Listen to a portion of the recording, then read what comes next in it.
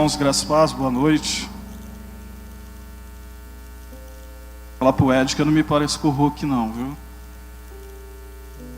Bem, quantos estão felizes com Jesus? Quantos estão tristes? Ninguém? Amém, isso é bom. Eu queria que você abrisse a sua Bíblia Sagrada no livro do profeta Jeremias. Livro do profeta Jeremias, capítulo de número 18.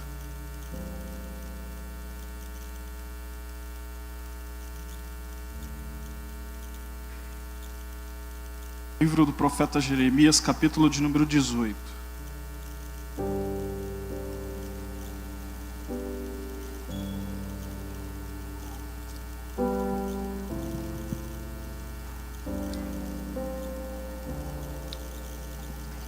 Tem aqui. Obrigado, Cássio. Amém? Todos acharam? Livro do profeta Jeremias, capítulo de número 18. Nem todos acharam. Livro do profeta Jeremias. Para frente de Provérbios, Isaías. Capítulo 18, versículo de número 1 está escrito assim. A minha Bíblia é uma Bíblia diferente, contemporânea, talvez ela esteja com algumas palavras diferentes da sua. Está escrito assim, capítulo 18, versículo 1. O Eterno disse a Jeremias: levanta-se, vá à casa do oleiro. Quando chegar lá, falarei com você. Então fui à casa do oleiro e não deu outra. O oleiro estava lá, trabalhando com sua roda de madeira. Sempre que um pote de barro que estava trabalhando não saía ao gosto dele, como acontece às vezes que se trabalha com barro, ele simplesmente começava de novo, usando o mesmo barro para fazer outro pote. Então veio a mensagem do Eterno a mim: eu não poderei fazer exatamente como faz esse oleiro para o povo de Israel? Decreto do Eterno: assim como este oleiro trabalha com barro, eu trabalho com vocês, Israel. Amém? Eu queria falar nessa noite. Eu sei que é uma noite de emoções, né? E espero que também você se emocione com aquilo que Deus possa revelar para as nossas vidas. Eu vim para tentar ser bênção para a tua vida e para tentar compartilhar aquilo que Deus tem falado comigo durante esses dias. Eu fiz um tema apenas para que esse tema possa ser trabalhado dentro de nós. Eu escrevi assim: refaça a sua história para que o seu destino possa ser brilhante. E eu queria pregar em cima de 4 tônicas. Eu queria pregar sobre passado, presente, futuro e destino. Uma coisa muito interessante, se você procurar no Google a palavra destino, você vai encontrar que o destino é algo muito intrínseco com aquilo que você faz hoje. Mas a definição de destino é que aquilo que você faz no hoje, ele não reflete no seu amanhã. Alguns acreditam que o sinônimo de destino, ele é algo imutável, é algo que você faz no hoje, e por tudo aquilo que você possa fazer, seja de bom ou de ruim, existe algo escrito além da tua atmosfera humana, que possa mudar o teu destino, mudar aquilo que Deus escreveu. A mitologia grega acreditava que os deuses do passado, eles escreviam também os destinos das pessoas. E aquilo que eles escreviam, seus destinos eram escritos, era imutável de acontecer. Mas dentro da Bíblia Sagrada, dentro de um Deus na qual nós conhecemos, seja por experiências, seja por lendo a Bíblia Sagrada, seja por testemunhos, todos nós acreditamos e fazemos uma pergunta, e é a pergunta que eu faço para mim e para a tua vida nessa noite: será que o destino das nossas vidas, o meu destino, o teu destino, ele é algo fixo ou ele pode ser alterado? Será que as nossas histórias, aquilo que nós fazemos no nosso dia a dia, eles podem de alguma forma refletir sobre o nosso futuro? Dentro da Bíblia Sagrada eu aprendi que nós podemos mudar a nossa história, podemos mudar o nosso futuro. Existiu um homem na Bíblia Sagrada, na qual eu acabei de ler. Essa é a história de um homem chamado Jeremias. O período que Jeremias escreveu essa passagem da Bíblia Sagrada é um período muito difícil da vida dele. Antes de falar o que Jeremias escreveu, eu gostaria de alguns minutos falar quem era Jeremias. Jeremias era um homem, um profeta conhecido pelos teólogos como o profeta chorão, porque aonde Jeremias ia ele chorava muito, e todos conheciam ele por profeta chorão. A sua mensagem pós-Salomão não era uma mensagem que trazia muita alegria nos corações, diferente dos profetas Ezequias, Isaías. O profeta Jeremias não era um dos profetas que as pessoas se apaixonavam pela sua mensagem. Ele era um profeta muito chorão, porque as pessoas não gostavam. Quando Jeremias chegava num local, as pessoas logo fugiam, porque vinha aquele profeta chorão.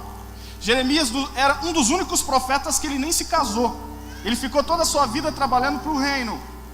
Mas Jeremias, ele era um homem diferente de todos os outros profetas.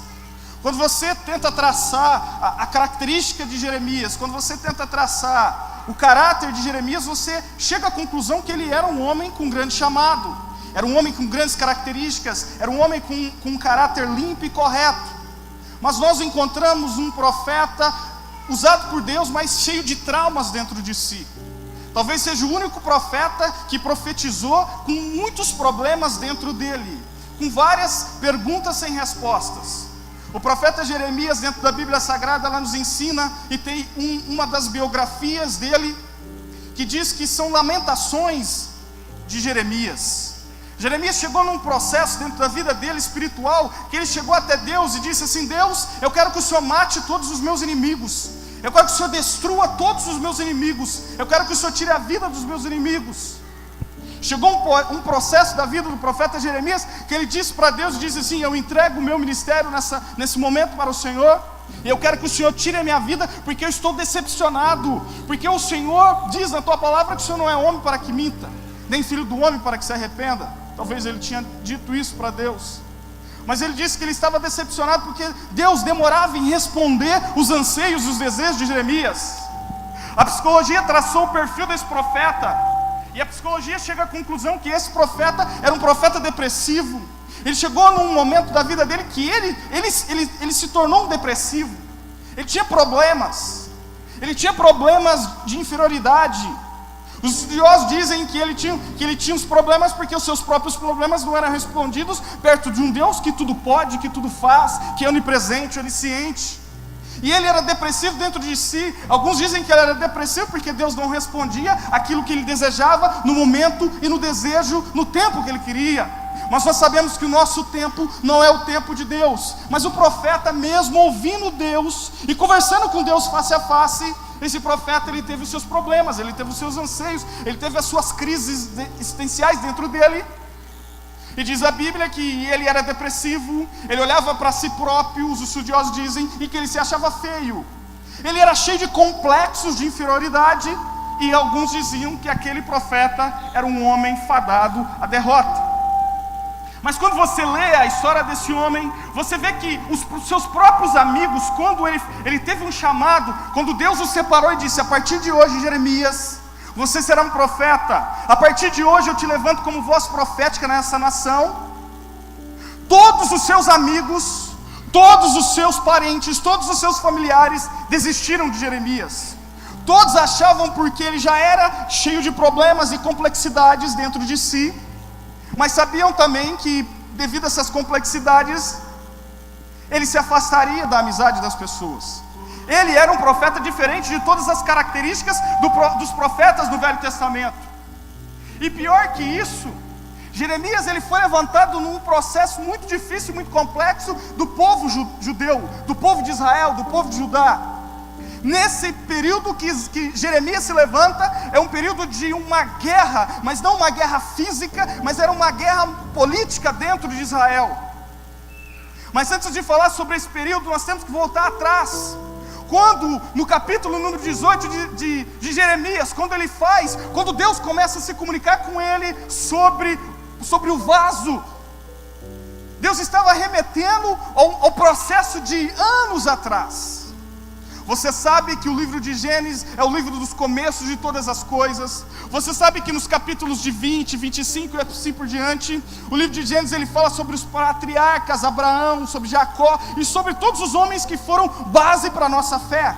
Esses homens foram as pessoas que sustentaram o cristianismo lá para frente. E a Bíblia Sagrada diz que esses homens eles foram levantados por Deus. Mas eu disse aqui num dia desse, e as pessoas não contentes de ser Deus a teocracia, de ser Deus que comandava Israel, comandava o povo do Egito, Deus que comandou a libertação do povo, eles diziam que eles necessitavam de juízes, de homens que colocassem as leis. A Bíblia Sagrada diz que Deus deu uma promessa para o povo de Israel, que aquelas pessoas elas seriam libertas da escravação, eles teriam a sua própria vida, eles não seriam mais escravos. E a Bíblia Sagrada diz que Deus levanta um homem chamado Moisés, nascido das águas. Esse homem ele vem, com uma palavra profética, ele leva ao povo de Israel. Aquele povo anda por 40 anos. Engraçado que por 40 anos eles viviam com as mesmas sandálias. Tristeza para as mulheres, imagine todos os dias 40 anos com a mesma sandália. Imagine, tem mulheres que não aguentam viver um mês com a mesma sandália.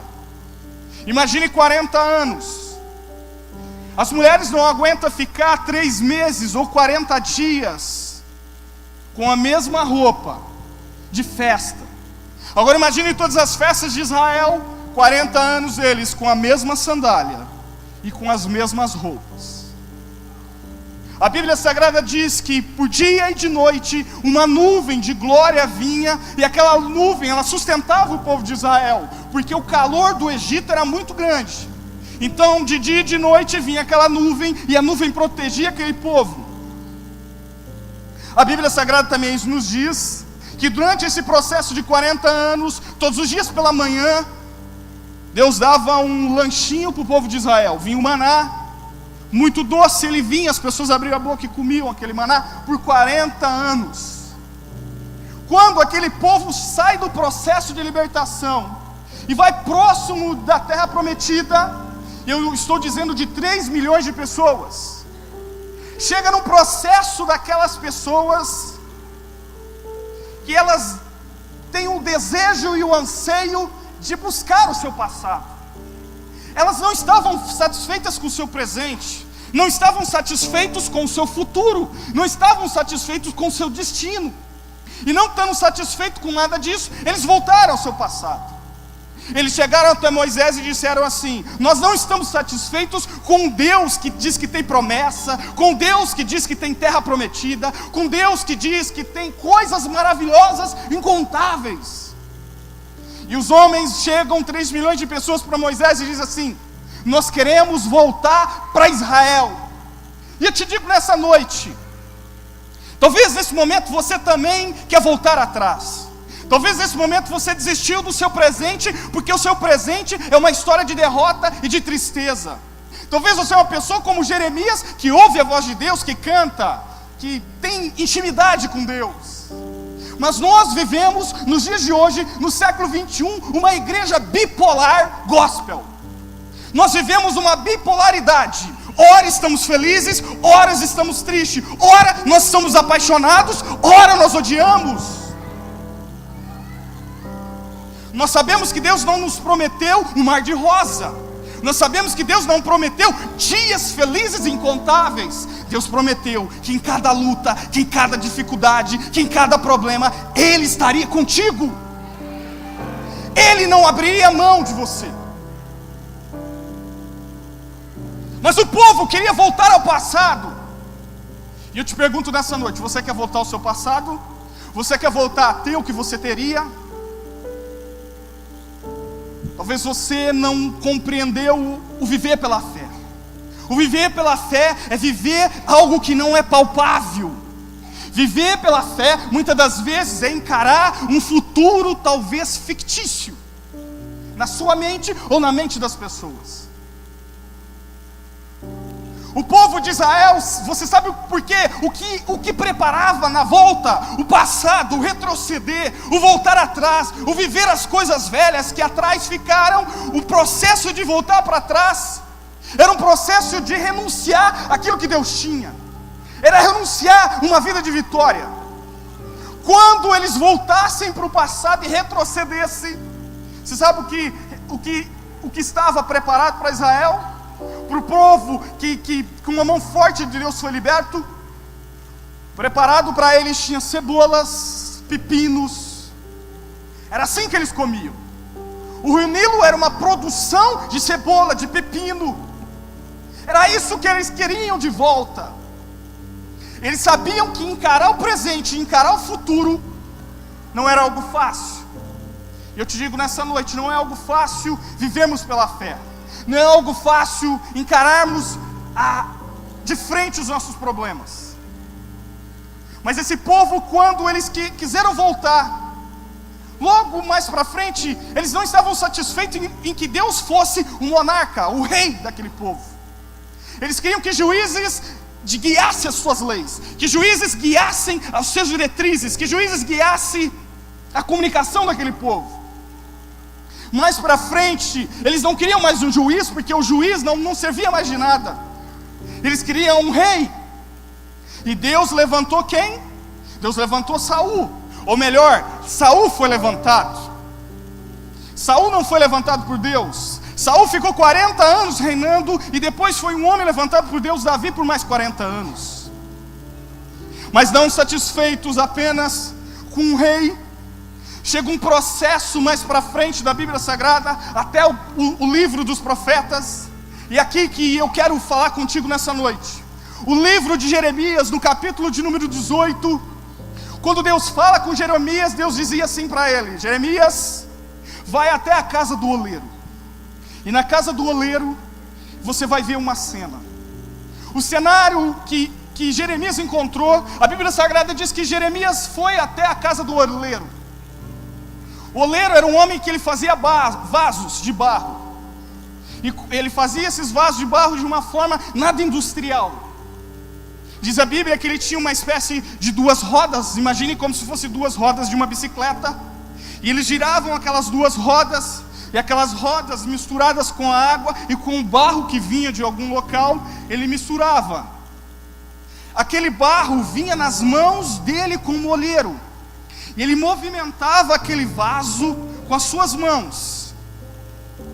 E algumas vezes, quando ele movimentava, algumas pedras vinham no meio daquele transporte simples, e ele tinha que quebrar aquele vaso e refazer aquele vaso. E Jeremias, olhando aquela cena, ele compreendeu aquilo que o eterno Deus dizia para ele. O eterno dizia, e aquilo ficou gravado na mente de Jeremias, que nós somos como vaso. Dentro de uma tripologia bíblica, nós, ou melhor, o vaso é o que mais é próximo do ser humano. O vaso, dentro da tripologia bíblica, é aquilo que mais se encaixa com nós seres humanos. Eu não sei se você sabe, mas nós seres humanos, faz assim, você ser humano, nós somos feitos de 70% de água e 30% de componentes da Terra, do planeta Terra. 70% de nós é feito de água e 30% são de componentes vindo da Terra. O vaso é feito do quê? Do que é feito o vaso? Água e barro. Da onde nós viemos? Aonde diz em Gênesis que nós viemos? Nós viemos do barro. E quando Jeremias viu aquela cena, ele teve a resposta de Deus, que o vaso ele pode quebrar, mas o vaso nunca ele é descartado.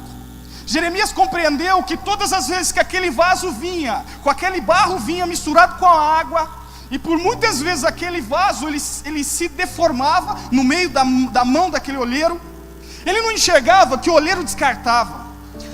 Todas as vezes que o vaso saía fora do molde da mão do oleiro, ele não via um canto de descarte do vaso.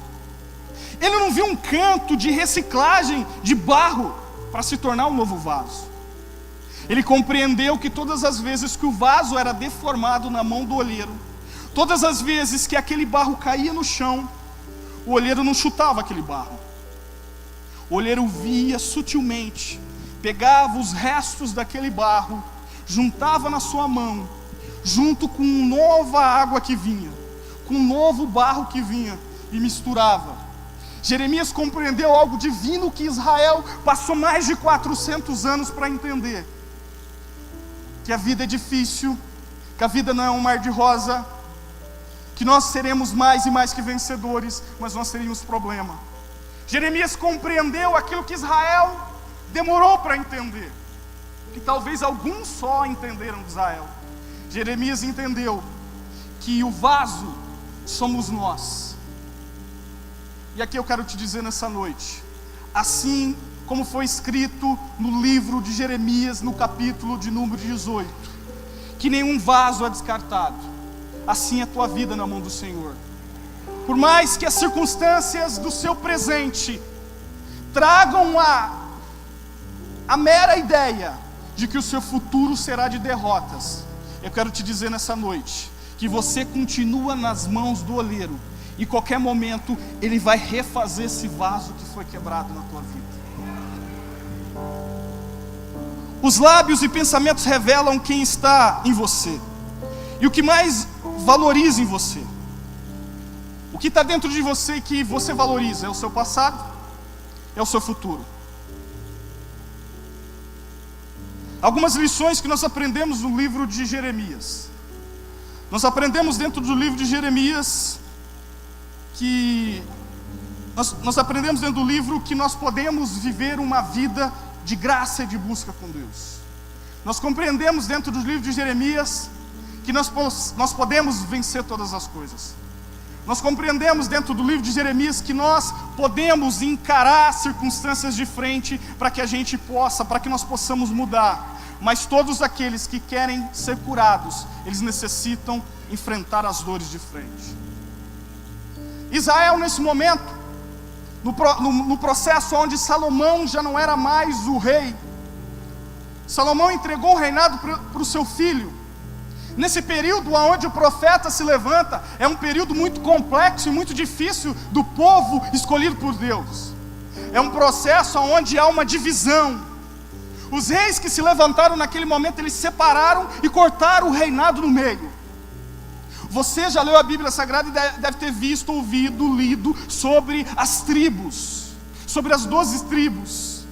Nesse momento, quando o rei quebrou o reinado e dividiu o reinado, por um lado ele dividiu o reinado do norte, por outro ele dividiu e separou o reinado do sul. Jeremias, ele se levanta nesse momento. Era um processo de um reinado rico, cheio de poder, cheio de impostos, de escravidão, cheio de política, mas era um processo onde as pessoas estavam longe de Deus.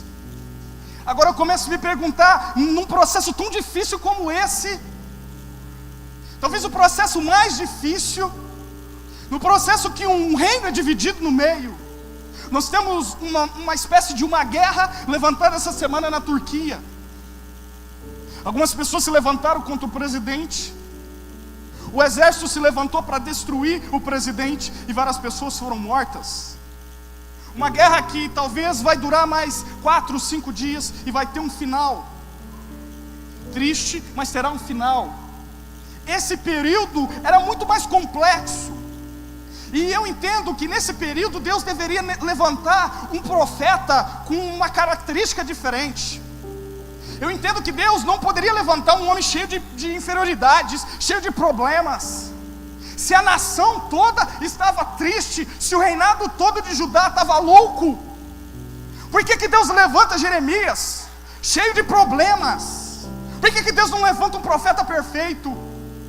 Por que Deus não levanta um homem resolvido com aquilo que Ele quer?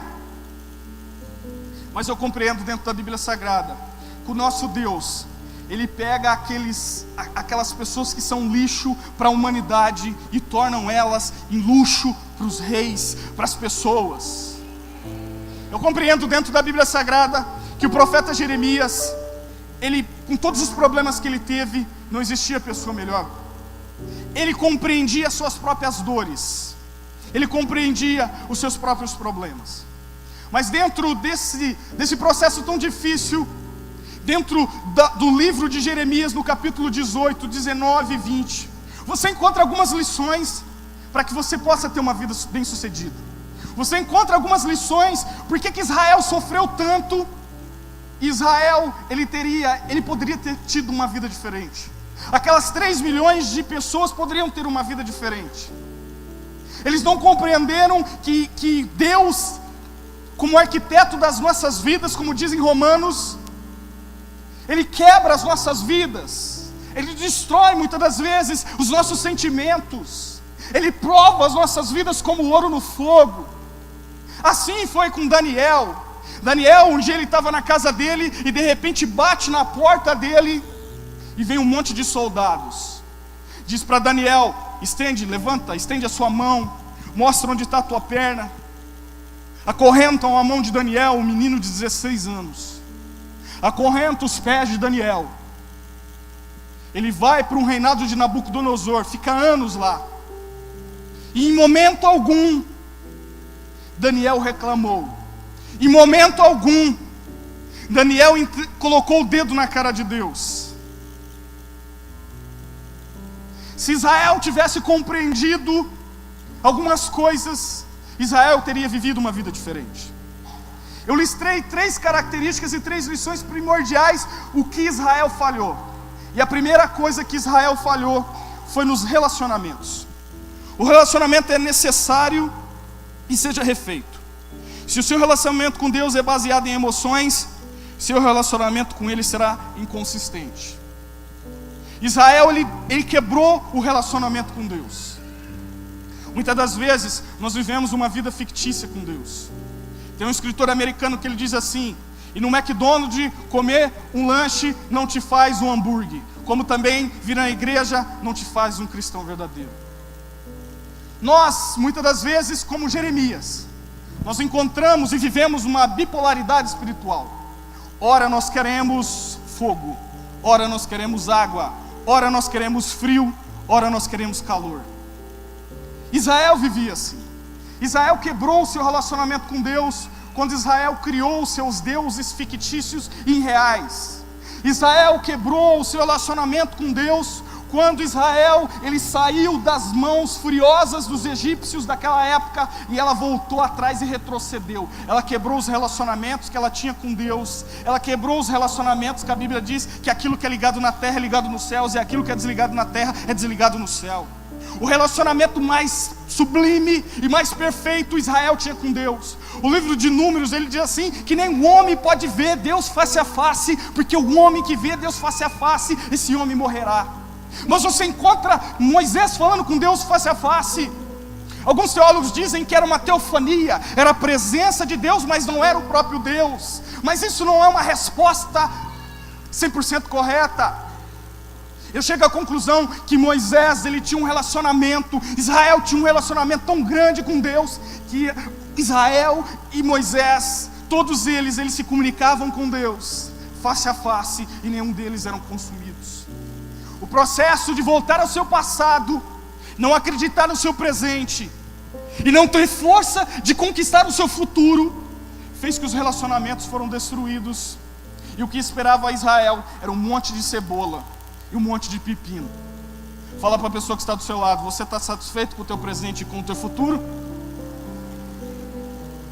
Ou você quer voltar para trás e comer cebola e pepino? A outra característica que eu vejo no livro de Jeremias é sobre caráter. Eu aprendo nos dias de hoje que Deus, ele não procura pessoas talentosas. Porque se Deus procurasse pessoas talentosas, ele buscaria lá no inferno, porque ela tem um monte de homens talentosos. Tem construtores, arquitetos, homens que construíram o Titanic, homens que construíram várias plataformas de petróleo, homens que construíram vários prédios, pessoas que construíram as pirâmides do Egito, que até hoje é inexplicável pela ciência. Todos eles estão lá, pessoas cheias de talentos, mas pessoas sem caráter.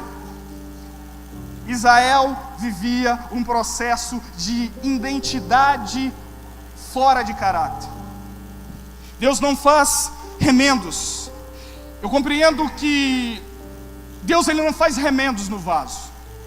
Quando o vaso é quebrado, ele não faz remendos. Eu vi uma história esses dias de um homem que ele foi em Portugal. E em Portugal ele foi comprar um vaso para a esposa. E aí aquele vendedor de vasos em Portugal pegou o vaso e disse assim: olha senhor, eu vou deixar esse vaso aqui, são 8 horas da manhã, às 18 horas o senhor busca esse vaso de novo. E ele disse assim: não, logo à tarde eu vou pegar um voo e eu tenho que levar esse vaso para minha esposa. Ela me mandou uma foto pelo WhatsApp e é idêntico o vaso que ela quer. E ele disse assim: olha senhor, aqui comigo eu não vendo o vaso de imediato. Eu provo para o meu cliente que eu sou um homem de caráter. Ele disse assim: como assim? Por que eu não posso levar esse vaso agora? O vaso está aqui, o dinheiro está aqui. E ele contou uma história. Ele disse assim: olha senhor, há séculos atrás, há muitos séculos atrás, quando Portugal se tornou um reinado, os portugueses começaram, existiam mares aqui, existia muito barro. O mar, ele jogava esse barro na costa. Então todos os dias esses homens não tinham empresas, não tinham indústrias. Essas pessoas pegavam esses barros, essa cerâmica, e faziam barros. Chega um momento que a rainha da Inglaterra, ela se apaixonou pelos vasos que Portugal fazia. Ela mandou um barco e disse assim: olha, eu quero vários e vários vasos, enche esses vasos. Ela pagou adiantado. Quando de repente vários escravos naquela época se levantaram e foram colocar dentro do navio aqueles vasos bonitos, perfeitos, lindos, a rainha ia se apaixonar por aqueles vasos. Mas dizem que de repente um dos vasos caiu e ele, como um efeito dominó, todos aqueles outros vasos foram quebrados. Vários vasos foram quebrados, mas a rainha já tinha pago. Aí eles pegaram aquele vaso e tiveram uma ideia. Um homem teve uma ideia e diz assim: vamos pintar esse vaso, vamos colocar um verniz nesse vaso. Todos os vasos vamos colocar vernizes. Vamos segurar esse navio só vai sair no outro dia. Vamos colocar vernizes nesse vaso e nós vamos tampar onde estão essas rachaduras. E diz que quando chegou, eles colocaram no navio. Depois de alguns dias chegou na Inglaterra. A rainha da Inglaterra mandou cavaleiros para pegar aqueles vasos. Quando chegou aqueles vasos, como até chegar ao palácio da rainha demorou algumas horas. Diz que no final da hora, no crepúsculo do dia, quando o sol já estava partindo, alguns vasos, e não todos, ficaram no sol. Quando a rainha chegou para apreciar aqueles vasos, ela viu que aquele verniz estava saindo. Aquele verniz estava saindo. E lá ela viu que todos aqueles vasos tinham sido quebrados. E aquele homem contou a história que depois disso a rainha nunca mais comprou os vasos. E ele diz assim: como eu sou um homem de caráter, todos os dias eu faço os meus vasos. Eu não coloco vernizes no meu vaso, mas eu provo para as pessoas que eu sou um homem de caráter. Deus, o que atrai Deus não são os talentos, não é a tua voz, não é a tua dicção, não é o teu jeito de cantar, o teu jeito de pregar. O que gera algo dentro do coração de Deus não é o teu conhecimento bíblico acerca de Deus, mas o que faz Deus se apaixonar por você é o seu caráter imutável. Imutável. Outra coisa que nós necessitamos, para terminarmos, nós necessitamos de um coração quebrantado. Israel não tinha um coração quebrantado. A melhor forma de apagar algo da nossa mente é deletar o que está no coração. A mente apenas repete o que o seu coração não esquece. Os seus vícios do passado, os seus problemas. Satanás, ele é um ser onde a Bíblia diz que ele é o quarto ser de maior sabedoria e conhecimento.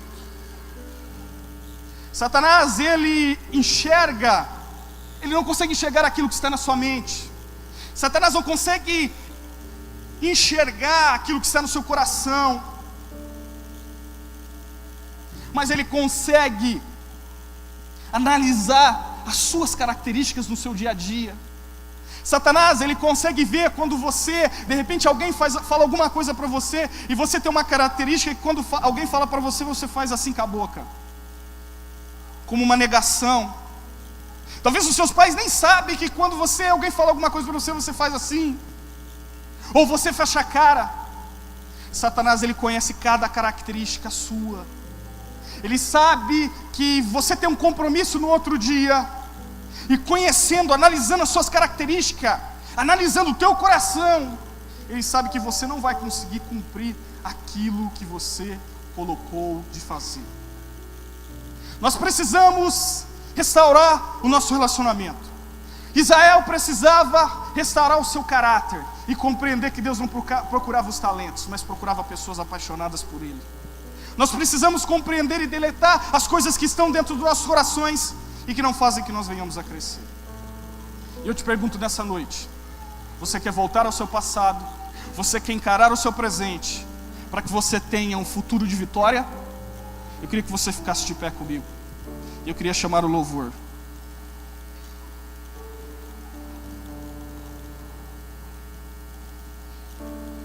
E você que está aqui, eu queria que você fechasse os seus olhos.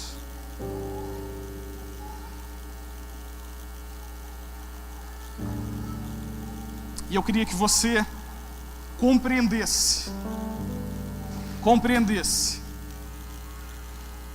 que aquilo que você faz no seu presente, ele vai refletir no seu futuro. Aquilo que você faz no seu presente vai refletir no seu futuro. Aquilo que você faz hoje vai refletir no seu futuro. As alianças que você faz no dia a dia, elas vão refletir no seu futuro.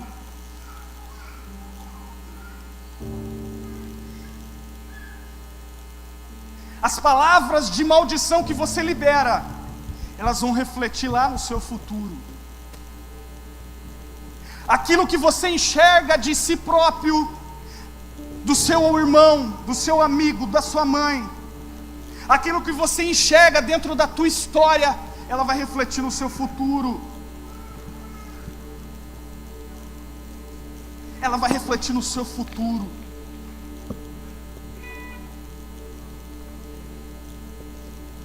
O mês passado, depois de muita luta, eu consegui terminar minha segunda faculdade. Me especializei em logística, que é a profissão que eu atuo hoje, na empresa que eu trabalho. Se eu não acreditasse há anos atrás,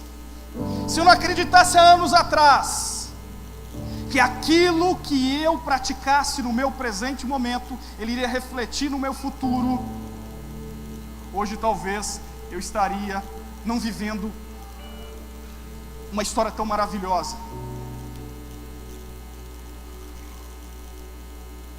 Eu fiz faculdade, já disse aqui para algumas pessoas. Eu trabalhava numa peixaria e ganhava R$300 e pagava 400 de faculdade. Muitas das vezes eu ia com a mesma roupa do trabalho. Eu era o único de 83 alunos que não tinha carro. Eu era o único de 83 alunos que ia na escola de carona. Muitas das vezes essa carona nem vinha. E eu andava alguns quilômetros. Andava com muita vergonha.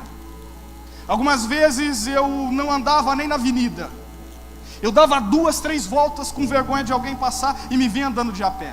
Várias vezes, vários anos assim. Mas eu compreendi que aquela situação que eu vivia, ela não se refletiria no meu futuro. Quantas vezes eu estava dentro de uma câmara frio, fazendo faculdade, sem dinheiro no bolso, porque o FIES estudantil não vinha ainda, não tinha vindo. Quantas vezes? Mas todas as vezes eu dava um pontapé no meu presente e eu enxergava o meu futuro diferente. A minha esposa casou comigo, ou melhor, namorou comigo, eu não tinha nada. Não tinha nada. Ela ganhou na loteria. Talvez ela enxergou em mim um magrelinho com um futuro brilhante. Talvez eu não tenha um futuro todo brilhante, mas o meu passado, ele não refletiu o que eu vivo hoje. O meu presente lá atrás não refletiu o que eu vivo hoje. Eu quero que você feche os teus olhos. O louvor pode cantar. Acredite, é hora de vencer. Essa força